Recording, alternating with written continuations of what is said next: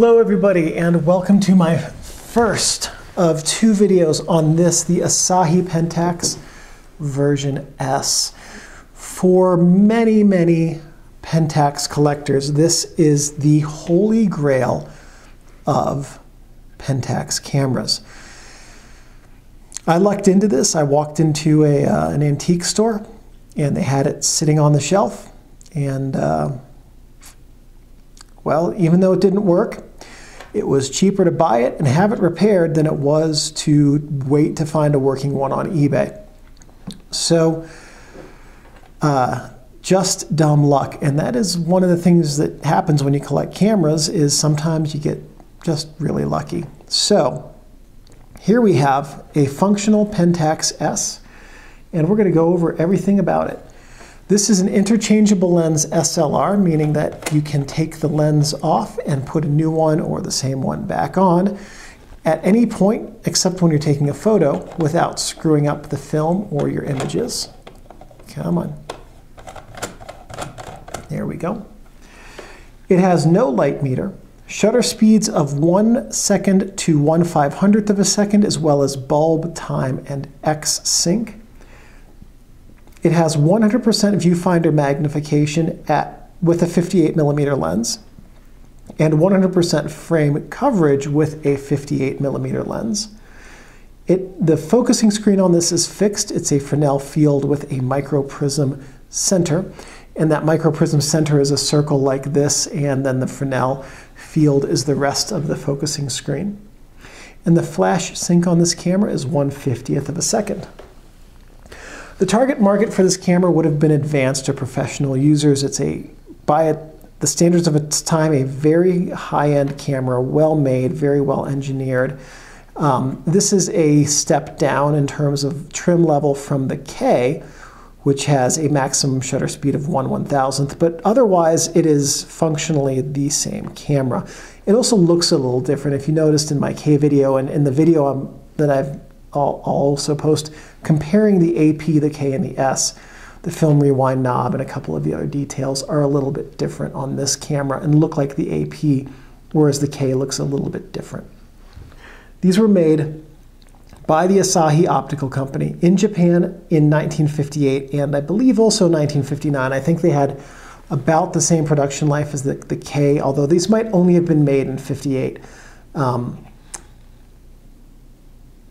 I could not find conclusively, to my satisfaction, the data to support that. It was preceded by the Asahi Pentax original, concurrent with the Pentax K, the Asahi Pentax K, and followed by the Asahi Pentax S2. When the S and H line came out after the K and the S, they expanded it to 3, the S1, S2, S3. And the difference in those, the S1 and S2 had 1/500th of a second shutter speeds, but different lenses that they came with. And the S3 had a 1/1000th of a second shutter speed. So the line that came after this basically took this part of the family tree and split it into two, not based on camera, but based on associated lens. So let's go over everything on this camera, starting technically on the front with the strap lugs right here. This is what you would connect your strap to. Here we have the film rewind knob and lever right there. Around that we have the film speed memo dial. It's not connected to anything. It doesn't do anything except remind you of what kind of film you have. So you would set it to whatever type of film you're using. White for black and white, green for daylight balanced color film, and orange for tungsten balanced color film. The dial says ASA. ASA is the same as ISO. So a 100 ASA film is, in today's terms, a 100 ISO film. And so this just reminds you of what type and speed film you have. Serial number and model designation, pentaprism housing, fast shutter speed dial right here, frame counter, shutter release, film advance lever. There we go. Beautiful sound on that shutter. On the front, we have the slow shutter speed dial,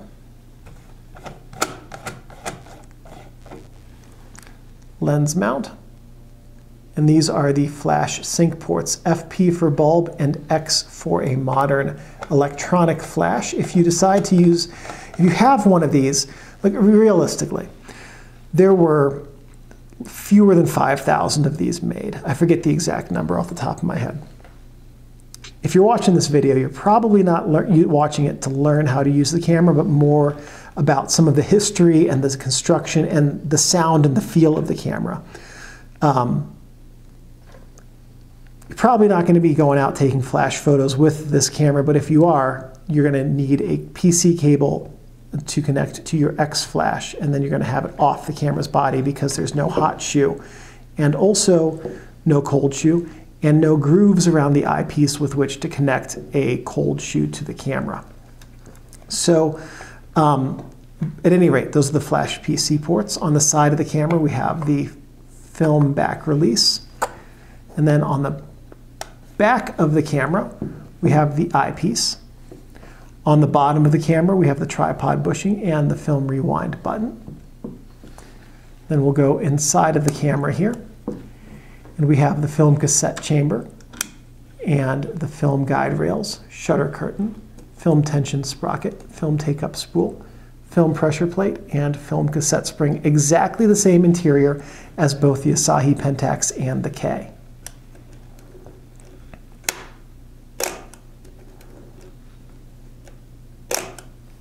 There we go. You can see the shutter in action a little bit. So some notes on the Asahi Pentax S. Like I mentioned, this is the typically for most Pentax collectors like me, who like the K and the Spotmatic lines. And at one point, I owned every camera from the Pentax made, from the AP through the M line. And I also owned 2 or 3 different Asahi Flex cameras.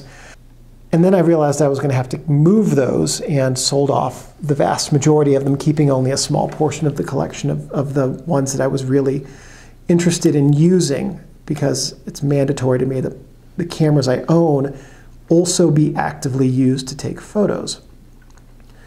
So at any rate, since the S works, and it's one I have not yet taken photos with, but do seriously want to in the very near future, it stayed. Anyway, that's a bit of a tangent, but this is, generally speaking, the hardest camera body to find for Pentax collectors, and where most Pentax collectors stop in terms of looking for hard bodies to find, because beyond this, it's just, hey, fate gave me this really even rarer camera that was even harder to find. And there are a handful of those out there that are rarer than this. A working electro Spotmatic would be rarer than this camera.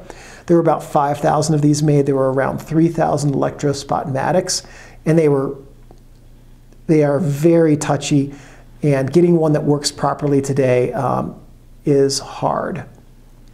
The Nocta would be rarer than this. I believe the Asahi Flex S2 is rarer than this one as well, but I could be wrong on that because I don't have firm numbers on how many of the Asahi Flex bodies there are. It definitely took me longer to find the Asahi Flex S2 than it took me to find this one. And then some of the special imprint versions of the S2 and some of the other cameras are rarer than this, but in terms of just straight body style and model designations, the Electro Spotmatic and the Nocta are the only cameras that are rarer, that Pentax made, that are rarer than the S. So, and frankly, I would love to try a Nocta. I'm never going to own one. Those are stupidly expensive and basically impossible to use. So, anyway, tangent over. And the other note is that this was a direct replacement to the Asahi Pentax. The only difference between this and the Asahi Pentax were that the shutter speeds were changed. On the Asahi Pentax, they were the older style of shutter speed, and on this one, they were the newer mathematical calculations that were used and that are still in use today. So on the Asahi Pentax, it was 50, 100, 200, 500. And here it's 60, 125, 250, and 500. And then 1/30th instead of 1/25th on this dial. That's really the changes. And there's I'll do a video in just a little bit also comparing the differences between all three of them. But fundamentally, this is an Asahi Pentax with different shutter speeds. So some things not to do with your camera. Don't touch the shutter. These don't have a whole lot of repair options now. The repair you can get on them is still extremely good, but someday these will not be repairable. And so baby your Asahi Pentax S. Don't touch the mirror because your finger oils can desilver it, and while that won't affect your metering because there's no light meter on this camera, it will affect how bright your viewfinder screen is and can affect your focus. Also, don't leave your camera or lenses in your car. I mean, realistically, this is a collector's camera. You're probably not just stashing it in your glove box just in case you come across something you want to take a photo of.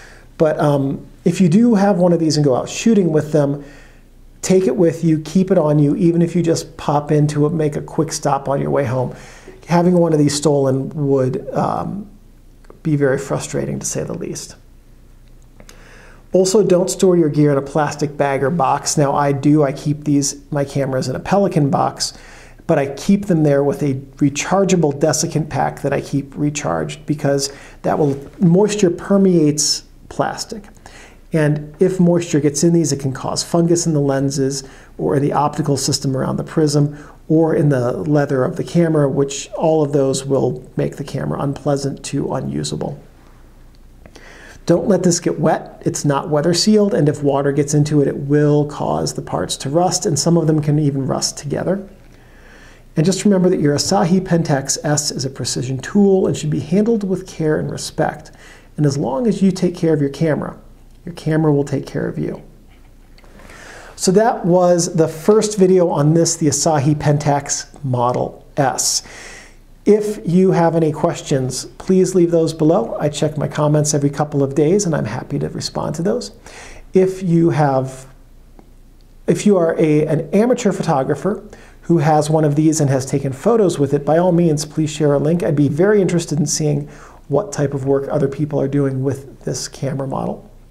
If you have suggestions for future videos, please leave those below, and if I have the equipment and know-how, I'm more than happy to make those. And one last thing, thank you everybody for watching, and I'll see you in the second part of this video manual series.